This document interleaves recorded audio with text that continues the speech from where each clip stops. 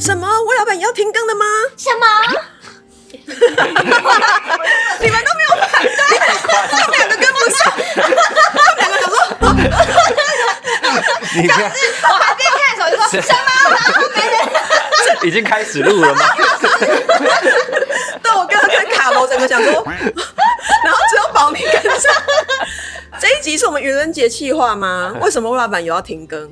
骗人的吧？今天4月1号愚人节快乐！魏老板有要停更吗？还没。什么是还没？不是没有。就是呢，大家如果有看到3月的课表，都会发布在贴文这边嘛，就会看到说，奇怪，我们从3月的周3影片变成双周才有1集，就不像之前是每个礼拜都有1集啦。那为什么会做这个决定呢？难道这个60几万订阅的频道也要慢慢走向停更了吗？他很怕空气凝结。会不会太晚？这一集我们怎么了？他们都没有声音啊！没有声音的人还敢嫌弃你？对嘛？就知道我们平常真的都不是在做效果，因为我们效果做的一点都不好。对。那接下来的魏老板又有什么打算呢？这集就来跟大家好好聊一下心里话吧。如果喜欢影片，欢迎订阅，也可以加入会员看更多影片哦。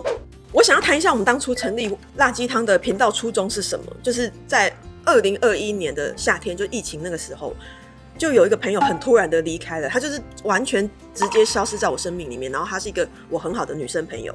那我一直以来都是一个创业家、企业家，后来有成为作家，写了一些书，开始经营社群，成为 KOL， 然后就给我一个感触是，如果可以的话，我想要分享我的经历，留下我的一些价值观，看能不能帮到大家。然后最好的方式就是开 YouTube， 可以留下最多的影片，让大家很好去搜寻。因为我觉得书有一天好像会没有了，如果留下影片，是不是会更方便查找，变成一个频道上面的百科全书这样子？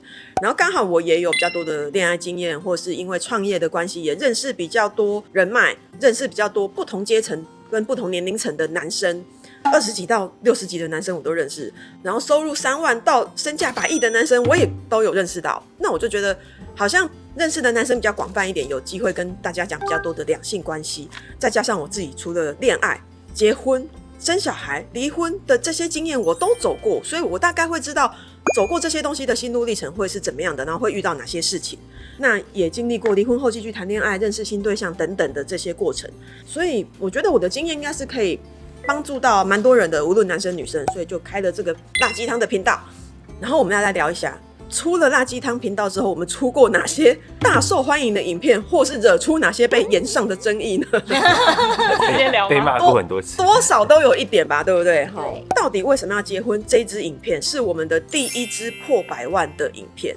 没想过是这个话题吧，而且那一集我们是第一次聊到哭，真的没有预期会哭，可是真的聊到哭这样子。这个已经是4年前的影片了，那频道差不多现在也是4年多了。那时候其实没有什么人在 YouTube 上面探讨这个话题，就为什么要结婚这件事情是没有人提出来探讨的。那时候的社会风气比较像是本来就应该要结婚，年纪到了就要结婚，没有人讨论说那为什么要结婚。大家只知道要结婚，却不知道为什么要。所以这个话题当时引起蛮大的回响，也算是非常多的粉丝因为这一集而认识到魏老板是我们的第1支破100万的影片哦。还有一集也很受欢迎，叫女生怎么追喜欢的男生。这一集现在有217万观看，是目前辣鸡汤频道最高观看影片。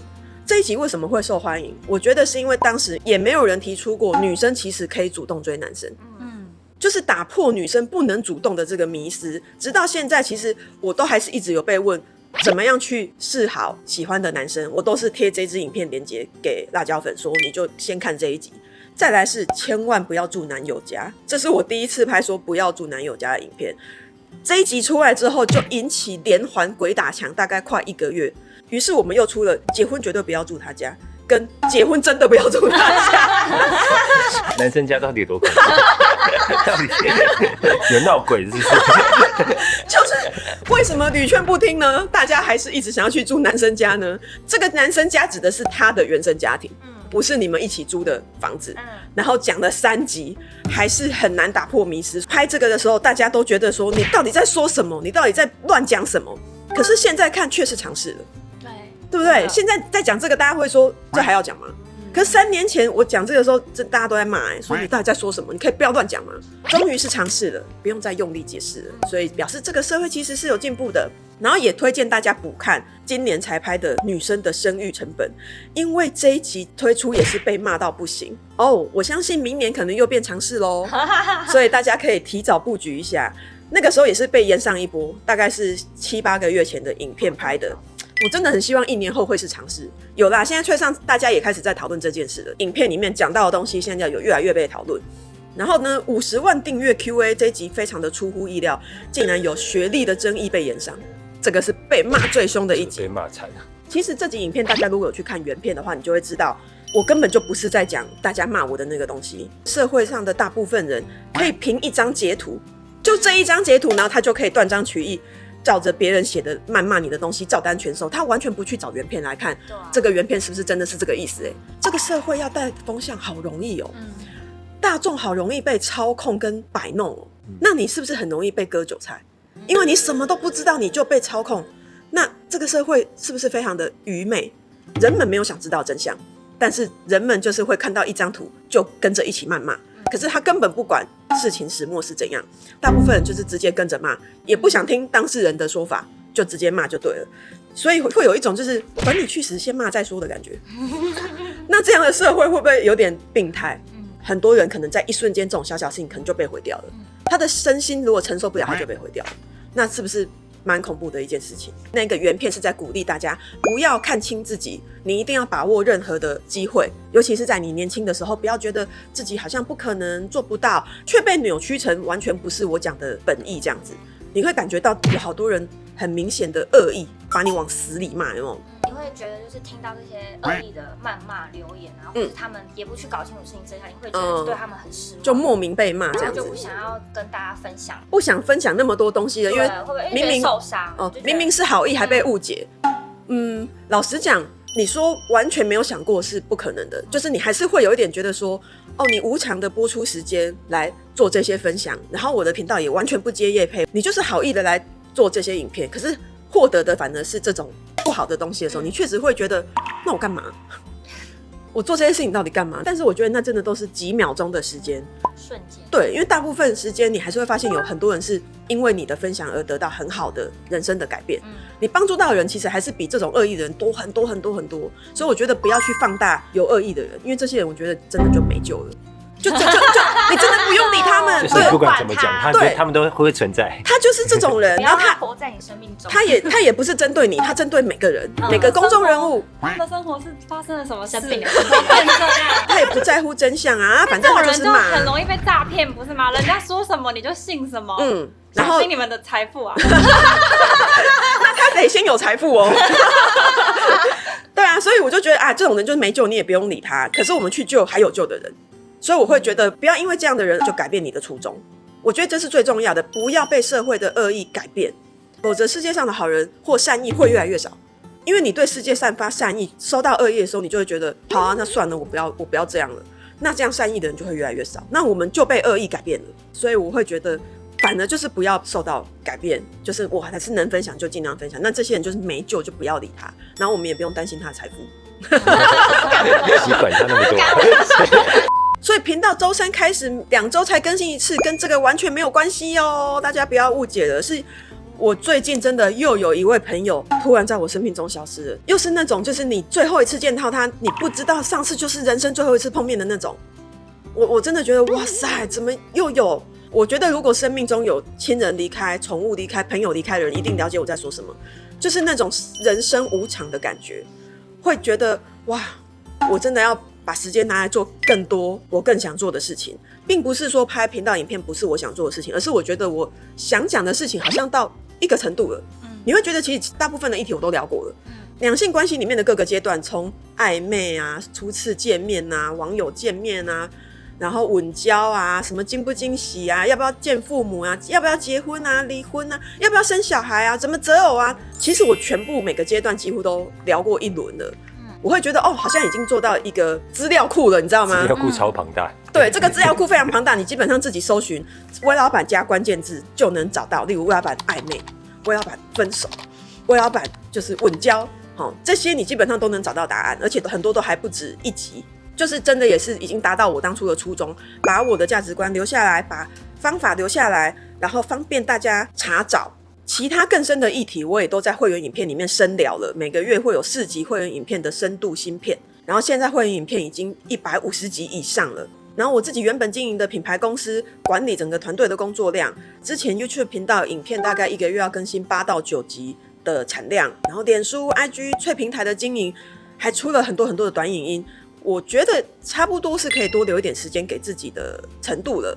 所以我们周3的影片就从3月开始变成双周才会更新1次咯，没有要停更，大家先不用担心看不到威老板。然后我们的海外粉丝也真的非常非常多，真的谢谢台湾各地跟海外各地所有辣椒粉的支持，谢谢你们。这4年，怎么好像一副要停更的样子？没有，为什么我讲的好像要停更？我也不知道，没有停更，明明就是隔周3还是有啊。4月还有3集免费影片，然后会员影片每个月还是有4集，4月还是有7集哦，那很多。对啊，很多好不好？所以不要乱讲，他是自己讲的。他们可能会不习惯，不习惯。礼拜3突然没东西看。礼拜3第一次没有更新的时候，就有很多人说：“威老板，为什么今天没看到你？”小编忘记上传。对，真的，他们以为是没有上传，然后就说叫我检查一下，然后我才说明说没有，就是从3月开始会变成是双周更新1次，所以没有要停更哦，大家放心，1个月6、7集以上的影片可以看，还是很多很多很多的。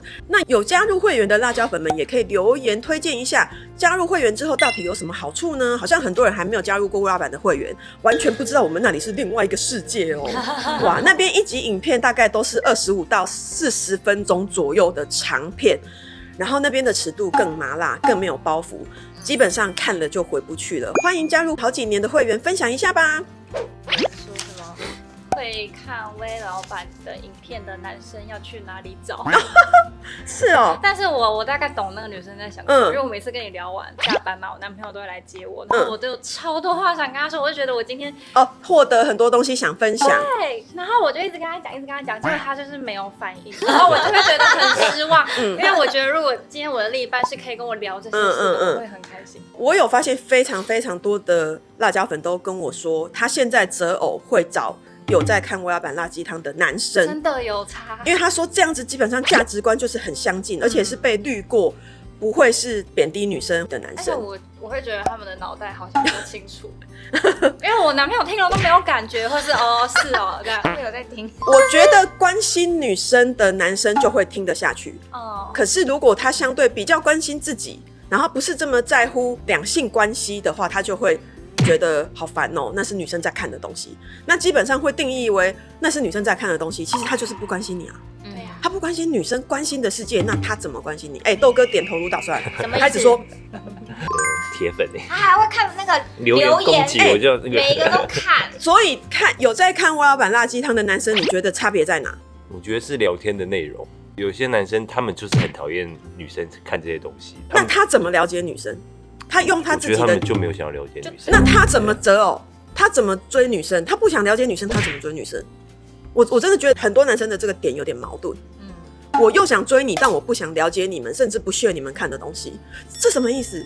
所以有在看的人就是不会是这样的人。对啊，对，所以才会成为一个择偶的标准。可是大家也要小心，因为也有些男生用这个来当话题，在网络上把妹，就是说，你好，你也是辣椒粉吗？你有看威老板辣鸡汤吗？所以大家也不要因为这一点就觉得说，这样子的男生就一定是超好的，那马上想要跟他见面，想要认识他，也不一定，因为他已经变成认识女生的一个工具了。所以大家还是要聊过天才知道。对，你还是要聊天，你就跟他聊，你就知道他根本没看。第几集？几分几秒？第几个留言？威老板有说一句什么？哪一集没有痛够讨厌的，他就是骗你的。这太难了。那真的可以帮到大家的话，我会觉得这个频道成立4年多来，真的有它的价值在。然后我们没有要停更，所以大家不用担心，我们继续陪伴大家。然后希望大家如果真的有要择偶的话，都可以恋情顺利。如果你想要单身或不婚不生的话，也希望你幸福一生啦。如果喜欢影片，欢迎订阅，也可以加入会员看更多影片哦。